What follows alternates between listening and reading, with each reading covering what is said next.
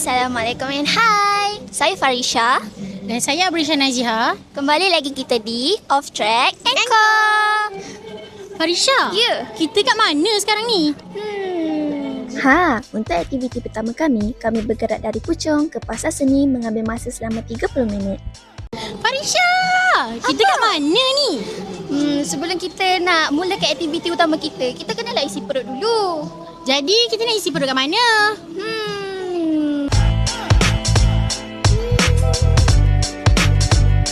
Hai, kita dah sampai dekat destinasi pertama kita. Kita kat mana?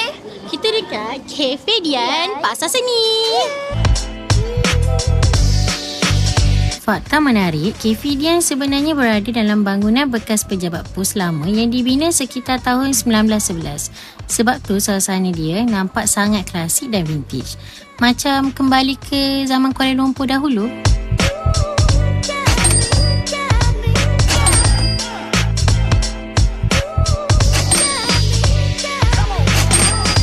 Dari segi rasa, di Cafe Dian memang simple tapi sedap.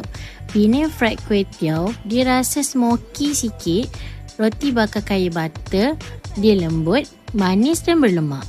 Kopi dia pula pekat. Pahit manis dia balance. Memang ngam untuk lepak santai dan mulakan hari.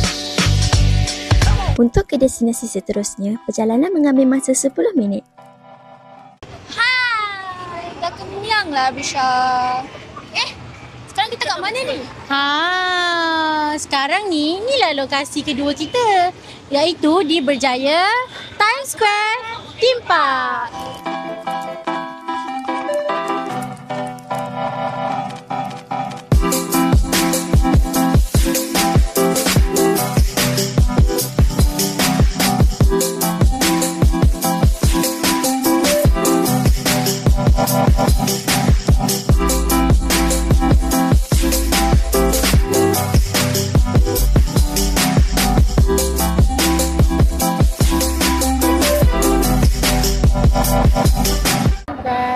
Sekarang kita akan naik apa?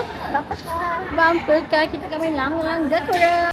Banyak permainan yang menarik di theme park ni. Tapi antara yang paling terkenal adalah bumper car. Waktu ni lah korang boleh balas dendam dekat kawan-kawan. Kalau korang takut nak main langgar-langgar, jangan risau. Selain daripada bumper car, kita ada spinning orbit. Benda ni akan berpusing sampai korang pening. Theme park ni bukan biasa-biasa korang. Ada juga roller coaster yang menakutkan. Dalam theme park pun ada kios makanan. Harga pun murah-murah je korang. Penat lah Feli. Dah lah, jomlah kita balik. Dah seharian kita kat sini. Aku lapar. Lapar? Aku rasa aku ada kedai makan yang menarik untuk kau. Jom kita makan. Dari theme park ke tempat makan 3 minit, dekat je.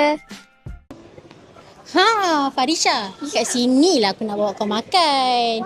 Dekat mana ni? Dekat Tombol. Kalau korang teringin beef noodle yang padu, kena cuba Tombol. Tempat ni terkenal dengan Thai style beef noodle dia yang sedap, pekat dan premium. Tombol terkenal dengan menu jumbo dia. Mi besar, air pun besar.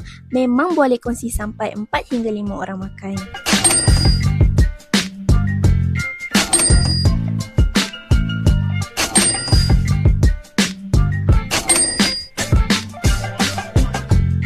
Meskom student ni simple je. Nampak makanan sedap, terus nak rekod semua benda. Dah kenyang lah. Dah kenyang. So kita nak pergi mana lagi? Aku dah penat. Jadi tu je lah untuk hari ni. Jumpa korang Episod seterusnya. Bye-bye. Kadang-kadang kita terlalu sibuk mengejar destinasi sampai terlupa untuk menikmati sepanjang perjalanan yang dilalui. Sedangkan sepanjang perjalanan itulah terciptanya gelak ketawa, pengalaman baru, kenangan manis dan detik-detik kecil yang tak akan berulang lagi. Setiap tempat yang dikunjungi bukan sahaja memberi pemandangan yang indah, tetapi juga mengajar kita untuk lebih menghargai masa, persahabatan dan pengalaman hidup.